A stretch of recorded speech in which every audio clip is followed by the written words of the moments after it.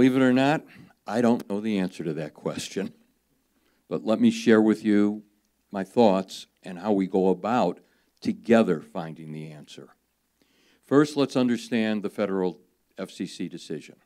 One, it was the best we could ask for, because what it said in those two instances is that these restrictive state laws, which are designed to protect the monopolies that presently provide us with Internet service, can be challenged, and the FCC will allow municipalities to go forward. Good news. Bad news, it's going to be appealed and it's going to be in the courts. Another challenge for us.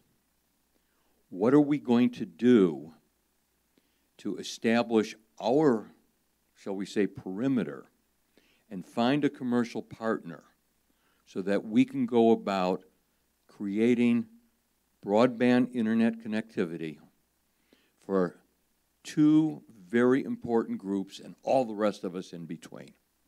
First are the children in households who are on the other side of the digital divide and don't have access. And the other are those companies that vitally need high speed for the operation of their businesses. So, and like I said, for the vast majority of the rest of us, we're somewhere in between. Well, interesting question, because I met with the city's IT director today and said to him, would you take this issue to the Broadband Telecommunications Committee? Would you pose to them the very question, really, that this author has put forth to us of this question? Do we go and continue for one small $150,000 commitment to one area? Do we go forward with the investment in a study based on continuing that kind of line?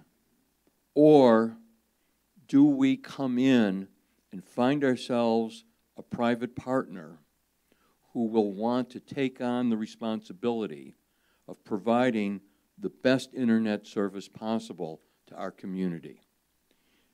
This will go forward to the committee in about 2 weeks. I await their recommendations. We've got some very knowledgeable people, and we've got a great challenge and a great opportunity before us. But I do want to mention that I was one of three mayors, along with Mayor Lee of San Francisco, who led the way getting the U.S. Conference of Mayors to go forward full speed on both the question of net neutrality, which is another victory we had with the FCC last week. So for those of you who are doing downloading, you're not going to have to pay more money for popular content. And on this question of trying to get preemption of these very restrictive state laws. It's not going to be easy. It's not going to be quick. But if you look at the speeds in Chattanooga, if you look at the speeds in Paris, if you look in the speeds in Seoul, South Korea, they are so far ahead of us. And if we're going to have a robust economy based on technology, more companies gravitating to us because of the existence of Epic, we're going to have to take on this challenge.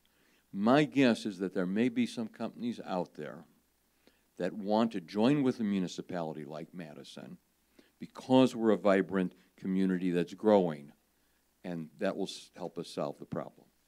So the question that the mayor's been asked today, we've been talking about for the last 2 years.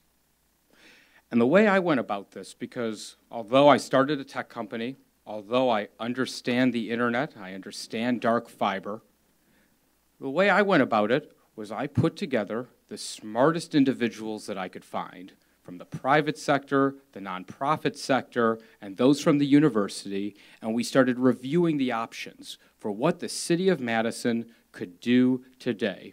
We talked about fiber to the home. Fiber to the home is what's sitting in Chattanooga that was funded by federal resources, and the dollar point came back to about $120 million, and you said, all right, we can't afford fiber to the home. What's the next best option? And what we started is talking about what was an LTE 4G network. So if you think about the internet that goes to your phones, we felt that that was an efficient and cost-effective way to get internet into the hands of individuals who are on free and reduced lunch and other residents on limited incomes on a network that makes sense. Because for us, it was maintaining internet access for everyone and crossing the digital divide. We've been working on this issue for well over now 18 months. We've put together budget amendments. We've discussed this at length. So I'm glad the question comes back to us at the Digital Technology Committee so we can reaffirm our statements that this is a good pathway forward. Now, when it comes to businesses, now we have what's called the Muffin Loop. It's the network of fiber that sits under our streets. It was a major investment made in our community, and that's the high-speed internet that we're really excited about. But there are things we could do right now. We have exclusive agreements that only a select few companies can actually tap into the Muffin network. You want to see more fiber in the communities and more high-speed access, let more people tap into fiber. Because we don't need to look outside of our city for these great internet utility providers. They're right here. They want to be part of the conversation, and they are right now. So I'm excited to move forward with the initiatives that I've been working on now for many years, the issue that I'm very passionate about, and I'm excited that the mayor and I agree that it should be a priority for the city of Madison. Well, we do have some major disagreements. First, I don't know who your expert is and your smartest is, but I have for years relied on Barry Orton at the UW, who's been one of the nationally known consultants on this subject. And Barry and I are in agreement on a couple of things. One, you're basing part of your structure of what you want to do on Sun Prairie does not work for Madison. It's different laws, it's different structure. They already have their own municipal utility. We don't have it. So let's get straight about that. Secondly, as I've been saying all along for the last 3 months, let's look and see what the FCC has done. You have dismissed that as being irrelevant, which I never could figure out. Muffin is a great backbone, and I am very proud to have been instrumental in working on that and making sure it gets connected to our schools, to our community centers, but it is going to take a public-private partnership.